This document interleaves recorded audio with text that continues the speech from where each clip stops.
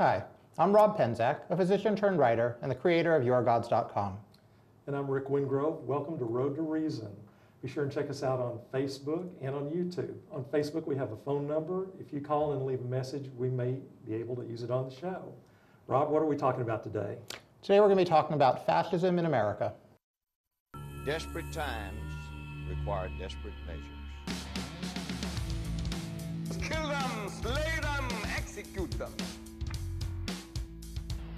Foul devil. The Bible defines what's hate.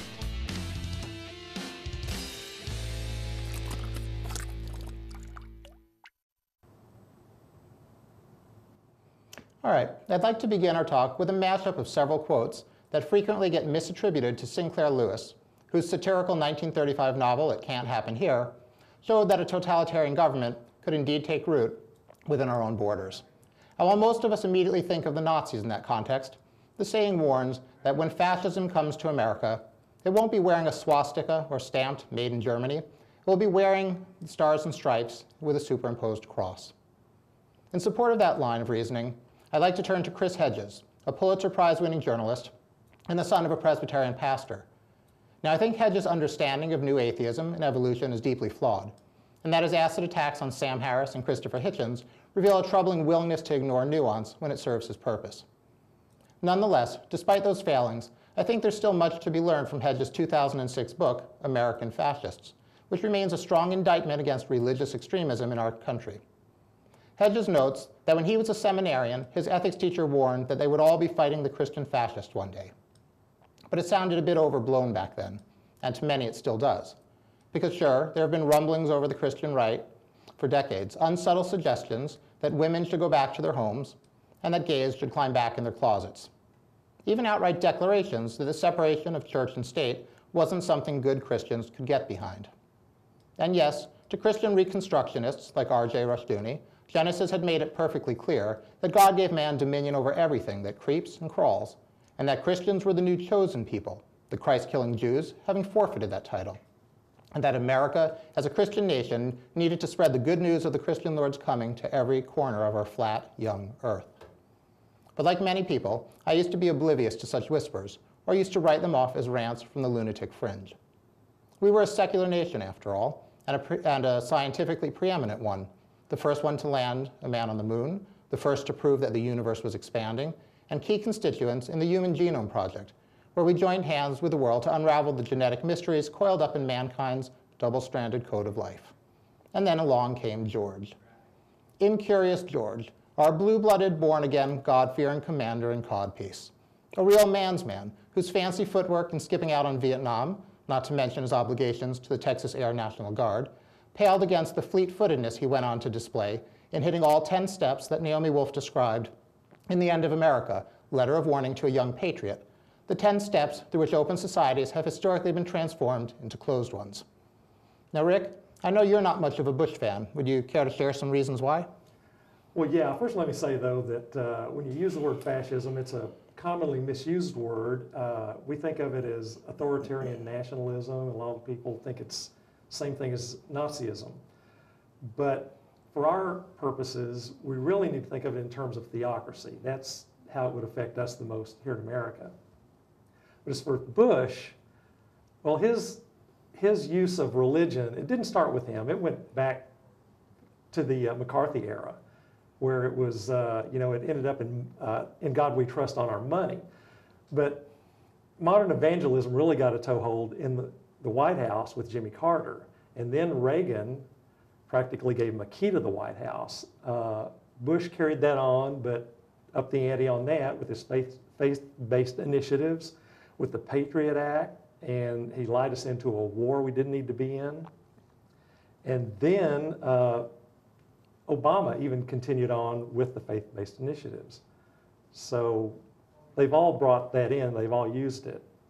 Yeah, I think that's an important point to realize that this is not strictly Republican or Democrat, but that there certainly is a preponderance that on the the right wing has really adopted the Christian right, and I think we can't completely ignore that. At the same time, we shouldn't give a pass to, like you said, President Obama still speaks. He did give a nod to atheism, which I think was very important. He did, but he still has not turned from the Christian right as vigorously as one might hope that he would. And we see them constantly trying to pass legislation which runs counter to the letter and the spirit of separation of church and state.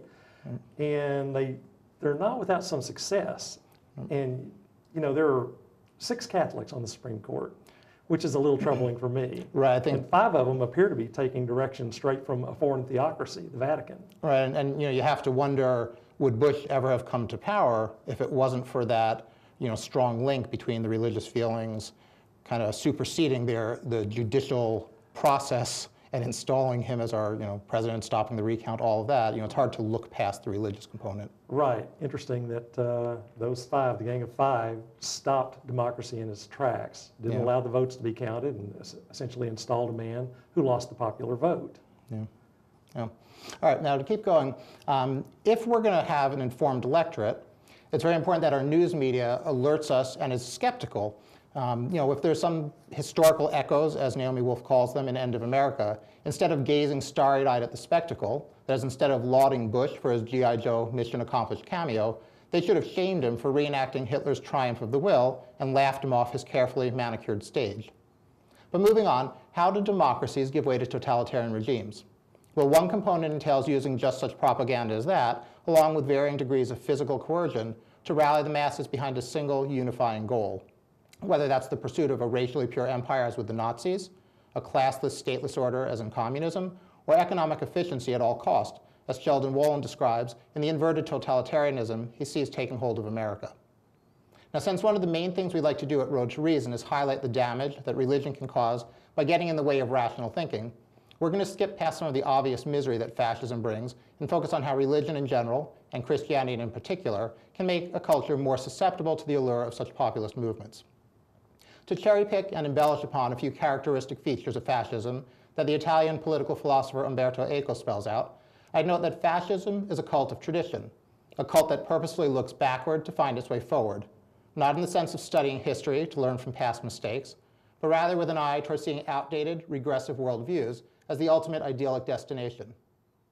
Biblically speaking, this equates to longing for a return to the mind-numbing ignorance of Eden, where Adam, naked and infantile, was the apple of God's eye, and his rib-born wife Eve was but a dutiful externalized appendage. Another key feature of totalitarian regimes involves the concept of syncretism, whereby contradictory beliefs and opposing principles are reconciled by fiat. George Orwell famously mocked this in Animal Farm by having the pigs amend the last and arguably the most important commandment of their constitution to read, "All animals are equal, but some animals are more equal than others." It's a great line with modern applications and implications. But biblical literalists hardly need Orwell to instruct them on such matters when they can simply turn to their own infinitely loving God, who created us as sinners so he could roast us in hell for our sins. This is the same deity, of course, who is simultaneously one and three, a singular God, as the monotheistic tradition demands, yet also a full-fledged trinity in a concrete sense, a God who can sit 3 distinct thrones at once, much as Odin or Wotan once filled 3 thrones as high, just as high, and third in pagan Norse mythology. That brings us to the first set of connections I'd make between the hardcore Christian right and America's slide toward a closed society. Both share an unhealthy lust for rolling back the Enlightenment, and neither have any qualms about espousing or embracing logically untenable beliefs. So if it takes a measure of magical thinking to take transubstantiation at face value, to believe that crackers and wine are the portable storage medium of choice for the eternal Lord and Savior, your modern-day pious pilgrim is ready to serve, or has at least been conditioned to pretend they're ready, lest they be chastened by true believers. Of course, every system has its peccadillos, and one might argue that there's not much harm in going along with a given religion's requisite stories in a less than critical manner. But what about the people who aren't just going along with it? What happens when magical thinking outlives childhood, escapes quarantine, spills over the cerebral cortex, and begins to influence how someone actually thinks? What happens when some people, having grown accustomed to high basal levels of cognitive dissonance, are confronted with the proposal that the resurrection of Jim Crow voting laws would be a blessing for our democracy? Or that the communal days of prayer are a fitting 21st century poultice for drought, and that global warming is, as the Christian networks may tell them, merely the frothy spittle of satanic scientists who are devoid of faith and don't see the true truth? And what does it mean for our future when such patriotic penitents dedicate themselves to doing whatever it takes, legal or not, for they serve a higher law, don't you know, to seat like-minded individuals in the Oval Office, or at least help them stake their claims as governors, judges, senators, and congressmen and congresswomen. Now, before we go any further, I want to make it clear that I don't think every Christian, or even very many Christians, are sympathetic to the fascist cause. What I'm suggesting is that all three of the predominant monotheistic religions, Christianity, Judaism, and Islam alike, force children to believe in things that are patently untrue, setting these children up to become adults who are far too comfortable with the type of muddled thinking that movements like fascism prey on. Further, these religions, to varying degrees, take young children who are evolutionarily primed to trust their caretakers and hammer home the dangerous principle that they should now and forevermore obey all authority figures unquestioningly, be these figures gods and popes, rabbis and mullahs, parents, televangelists, or priests. And as for my focus on Christianity, that simply reflects the fact that when it comes to religion in America, the dominionists of the Christian right are the ones who've carved out a seat of power and begun wielding the tools of democracy to dismantle our republic. It's a daunting problem, but fortunately the secular community isn't alone in having noted the danger. Indeed, moderates of every religion are standing up and speaking out against this sort of extremism, which they see as harmful to their faith and antithetical to their moral principles. And Rick, I understand you had the chance to speak with just such a group last week. Yes, I did. Can we run that clip of the church visit?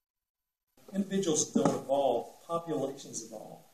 That means that no human has ever evolved from an ape, but one branch of the primate family over 1 million generations found that curiosity, problem-solving skills, and the ability to live in groups without killing each other was very useful for survival. Civilizations and societies also evolve over time. With science, so does our understanding of the way the universe works. So we arrive now at a point in time where there are two diametrically opposed views about life, the universe, and everything. Which begs the question of the day. Have I been lured here to be kidnapped by a cult? Can science and religion coexist? After all, it is said they talk about completely different things, ask completely different questions. The shorter answer is sure, why not? The longer answer is probably not. The real answer is separation of church and state. Let me explain that. But first, this is a good place to say that the personal beliefs, the privately held opinions of individuals on the subject of religion are of no consequence to me, to us, should not be to anybody. As atheists, we respect the rights of every person to believe anything they want. This is central to what freedom means. And it's addressed in the First Amendment, and it is woven into the very fabric of our Constitution. Our Constitution guarantees that right, even as it prohibits anyone from imposing those beliefs on anyone else against their will, and certainly not by force of law. And I ask you, what could possibly be fairer than that? Well, the founders set up a system which granted equal rights, equal access, and equal privileges to all citizens, regardless of religious persuasion. And again, I ask, what could be fairer than that, and what system has ever worked better? Many people, if they do recognize that Genesis is allegory and not a science book. Nevertheless, there is an ongoing and determined effort in this country to remove all teachings of the science of evolution from the public schools, calling evolution myth, calling science lies from the pits of hell. That's a direct quote from somebody on the Science Committee in the Congress of the United States.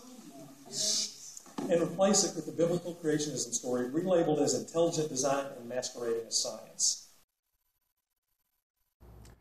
Well, Rob, the point of that is that it's not all doom and gloom. And yes, that was me in a church a week ago today. I was there by invitation. Some people who stand with us on separation of church and state. I've talked before about the Christian displays on the courthouse lawn in Leesburg, Virginia.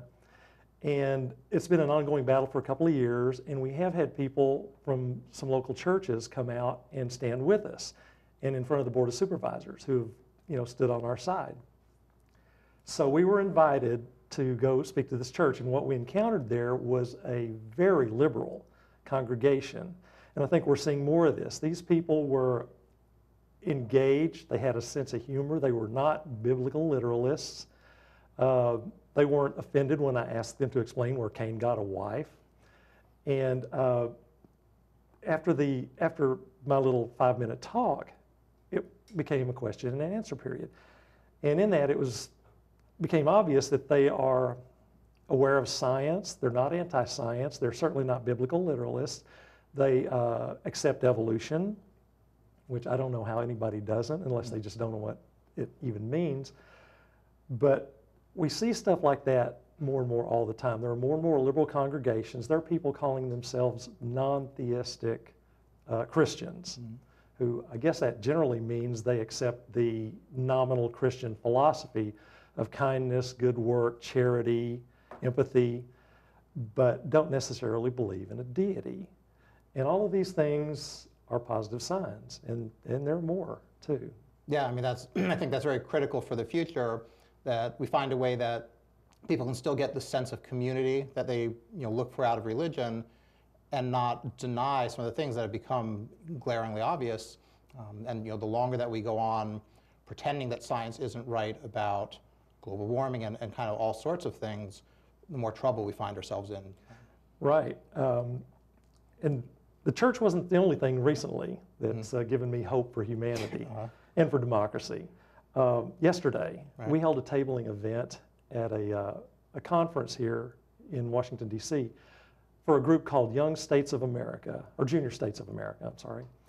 And these are AP students from all over the country, AP government students, who come to town once a year for 3 consecutive weekends, and they carry on a mock Congress.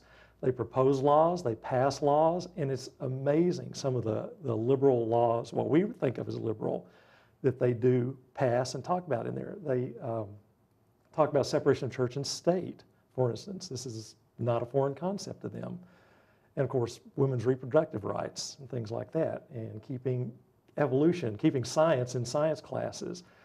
But what was so awesome about this experience was that we met student after student after student. And I mean, our table was just surrounded at all times by students. And I can't even count the number of kids, smart, bright kids who came up and announced that they were atheists. And they were happy to see us there and that they support what we do. Right, I think things have changed a little bit now, where you can come out of the closet, or at least young people are kind of feeling that you're not going to be shunned, and there's a big enough critical mass that it's starting to happen. And it's really important because a lot of energy is going to come from that segment of the population. It's finally cool to be an atheist, right. And that's what we've been saying for a long time. Come on out, it's fine. It's okay to be an atheist. And for our age group, the nuns are 20%. People with no religious affiliation. For their age group, it's almost 35% now. Yeah, and I see this as an extremely positive trend. Yeah, and with informed kids like this coming online, hopefully they'll be able to knock down some of this religious extremism that we're seeing now. Because religion, some people say it's in its last throes, and that may be true, but they're not going quietly. And right now, they probably got more money and more power, or as much as they've ever had. So they're going to keep trying to get their way, and they're going to keep striving for a Christian nation. Right. I mean, I see that as very hopeful for the future, that the young segment of society is really starting to speak up. But you had mentioned about biblical literalists, and you talk with the church, and the problem is that there are still some people that do take this absolutely literally. Chris Hedges had a nice quote about they took the Bible very seriously, therefore they couldn't take it literally, because as you read it, you come across so many glaring inconsistencies, and not just the Bible, but the Torah, the Quran, really any sacred text written 2,000 years ago or 1,000 years ago is not likely to be consistent with our modern day science. Right. These were ideas conceived around campfires, basically, by people who were illiterate, who had no idea. They were 2,000 years away from being away from the tools to comprehend the universe, to understand the things that we now know.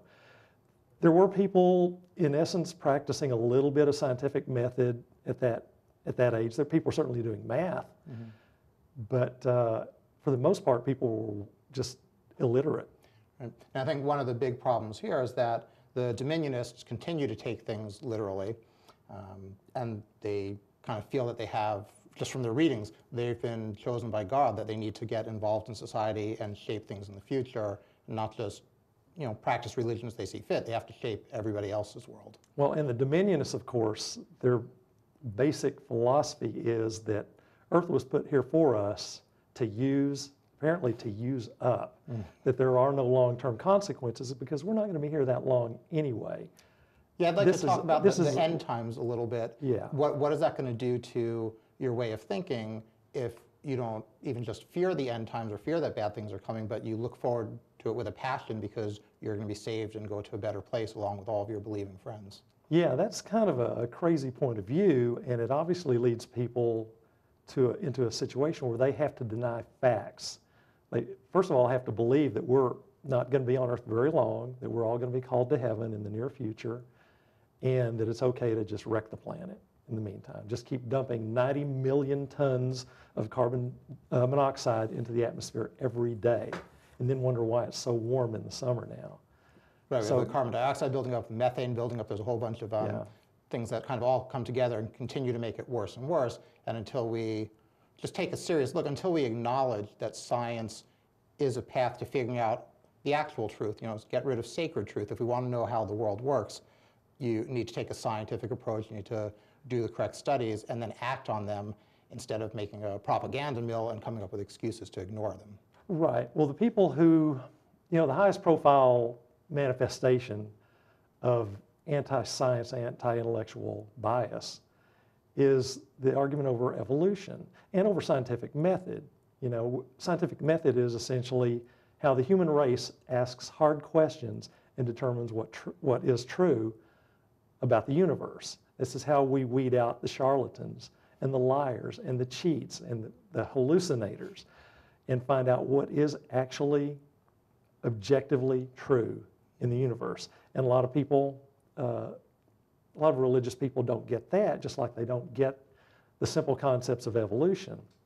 I think people who don't like evolution don't understand it, that it's essentially variation and selection is a very simple way to put it. Yeah, and it's funny that even in my medical training, I think that most of my learning about evolution came just from my interest in science and going back and reading about it after the fact, as opposed to learning in biology and then in medical school, just getting constantly hammered, but this is really the way it works. It's not that we weren't exposed to it, but people really do have to go out and try to learn this on their own. And what should be happening is this should be a very fundamental part of all of our teaching, starting in whatever, 7th grade, 8th grade, all throughout high school. It shouldn't be something that people have to go out and hunt for. this is a key component to understanding life. Well, one of the aspects of fascism that we saw, the points that were the bullet points that were on one of the graphics, was to get people to believe crazy stuff. I'm paraphrasing, of course, but to get people to believe stuff that is patently untrue. Right, and things that are opposite, that you can just look at the little snippet and it says two mutually contradictory things, and people just look past it. So, again, on evolution, we're told to ignore the evidence in the rocks, that in spite of all the evidence, the fossils are evidence of nothing. And as a doctor and a biologist, evolution is the underlying unifying principle of biology. Right, everything else falls apart without it. It's the only thing that's really explained everything. Religion keeps trying to take a black box and saying, we can know nothing, everything has to be explained by God. And then as you see how well evolution explains things, how well it predicts things, it predicted things well enough that a team of scientists could go back and search in rock that was about 350 million years old or so and find one of the missing links, right? There's infinite amount of missing links because you find one and now there's a link on each side you're missing. But we kind of found what was coming out of the water and going to eventually evolve into mammals and mankind. Before we run out of time, I want to get back to a couple of myths that have to do more with fascism and with Hitler in particular. One of the common myths is that he was an atheist. Not true. Right. He was a Catholic who never left the church and was never excommunicated by the church. Right. He was born a Catholic. He was baptized a Catholic. He died a Catholic. He protected Catholic churches during his reign. He funneled, I think it was roughly $1 billion through tithes back to the Vatican. And like you said, they never excommunicated him. The only thing that Hitler apparently did that the church wasn't in favor with is he committed suicide. And I guess for that reason alone, Hitler will go to hell. Yeah, that was the bad thing. Right, the other was stuff commit was suicide. incidental. The other stuff they were apparently okay with. Right. And by some accounts, the Catholics also might have pointed to a couple of holes where Jews were hiding too. There's another little point about whether or not Hitler was actually a true believer. I don't think there's a lot of evidence that he wasn't, but even if you gave them, fine, he wasn't a true believer, what does it say about religion if he was, he was able to con everybody? Because if you were a true believer and the Vatican went along with Hitler and said, yeah, he's a good guy, millions of Catholics suddenly signed up for the Nazi Party, which is what happened after there was a concordat between the Vatican and Hitler in, I think it was 33, I could have the date wrong. And after that, most people saw that the Vatican was legitimizing Hitler. They were the moral authority on earth, and therefore, everybody could just go along with it. And maybe we can contrast that to in the secular community. If you have Christopher Hitchens coming out in favor of the Iraq War, it's not like the whole secular community suddenly decided, yeah, it must be right because one of our leaders is for this. Or if Sam Harris speaks pro-gun control and Sean Faircloth speaks anti, we don't have to, I'm sorry, I said that backwards, but we don't suddenly flip all of our views. We can look at both of their recommendations and opinions and take them very seriously because they've proven themselves good thinkers in the past. But part of the deal with the secular community of free thinkers is you're still supposed to think about it yourself. You don't just go along with what somebody said. Well, evidence-based decision-making, what a concept. Right. And sadly, when you are forced to believe crazy things, you're going to have crazy outcomes. Yeah. So, right, especially as a child, when you're taught from the cradle, always trust authority, and it's hammered home for years and years. It's not like this stuff doesn't work. They do it because it works. I forgot who has the quote, but if you give me the child, I'll give you the man. They act on that constantly, and for us to ignore that is a little foolish. Exactly. And one of the things they tell you you really need to believe when you're very young is Santa Claus. When I found out that, when I first understood the numbers and realized that Santa Claus couldn't possibly hit all the houses in America, let alone the rest of the world, in the night, there went Santa Claus and there went any chance that I would be believing in Bronze Age deities. And certainly as somebody who collected fossils at that time and also had a friend who built telescopes, ground his own mirrors, and when you're steeped in that, it's going to be hard to a lot of stuff overcome goes out that. the window as soon as you start thinking about it. I think we're going to have to wrap things up. We're about to go. Thank you very much for joining us. We look forward to seeing you. Stop by our Facebook page, and thanks for visiting us.